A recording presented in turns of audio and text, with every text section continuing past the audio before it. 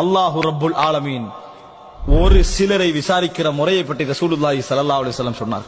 சுப்ஹானல்லாஹ். இதான் விசாரணையுடைய அகோரம் இப்படித்தான் இருக்கு. ஒரு சிலரை விசாரிக்கிற முறை பற்றி ரசூலுல்லாஹி ஸல்லல்லாஹு அலைஹி வஸல்லம் சொன்னார். அல்லாஹ் ரப்புல் ஆலமீன் அழைப்பான், ஒரு திரையிடுவான். அந்த திரை பல கோடி மக்களை விட்டும் இவரை மறைத்து விடும். அந்த திரை பல கோடி மக்களை விட்டு மறைத்து விடும். ரசூல் ஸல்லல்லாஹு அலைஹி வஸல்லம் சொன்னார்கள், அல்லாஹ் அந்த பாவங்களை எல்லாம் ஏட்ட எடுத்து போடுவான். ஏட்ட கையில் எடுப்பான். அத்தஅரிஃபு தம்ப கதா, இந்த பாவம் உனக்கு ஞாபகம் இருக்கிறதா என்று கேட்பான் அல்லாஹ். அத்தஅரிஃபு தம்ப கதா, இந்த பாவம் உனக்கு ஞாபகம் இருக்கிறதா? சுப்ஹானல்லாஹ். அன்புள்ள அல்லாஹ்வுடைய விசாரணை நினைச்சு பாருங்க பாவம்.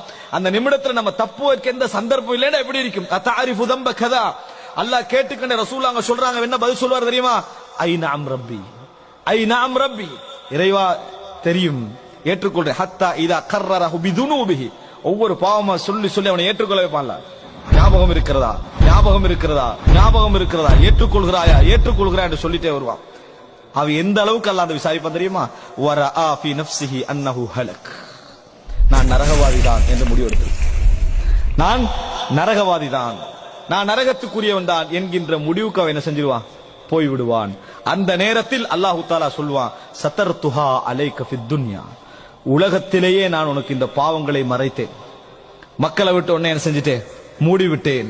வ அன அக்ஃபிருஹா லக்கல் யௌம், இன்றைய தினமும் நான் என்ன செய்கிறேன்? இந்த பாவங்களை உனக்காக நான் மன்னித்து விடுகிறேன், மறைத்து விடுகிறேன். சொர்க்கத்துக்கு போன அல்லாஹ் தஆலா சொல்லி விடுவான். இந்த பாவம் இனி உலகத்துல எவருக்கும் தெரிய வராது, உலகத்துல யாருக்கும் போகாது. சகோதரர்களை நினைத்து பாருங்கள், அல்லாஹ் விசாரிச்சுட்டு மறைச்சிட்டா சித்திர், அதுக்கு பின்னால என்ன செஞ்சிருவான்? சொர்க்கத்துக்கு போய் விடுவான்.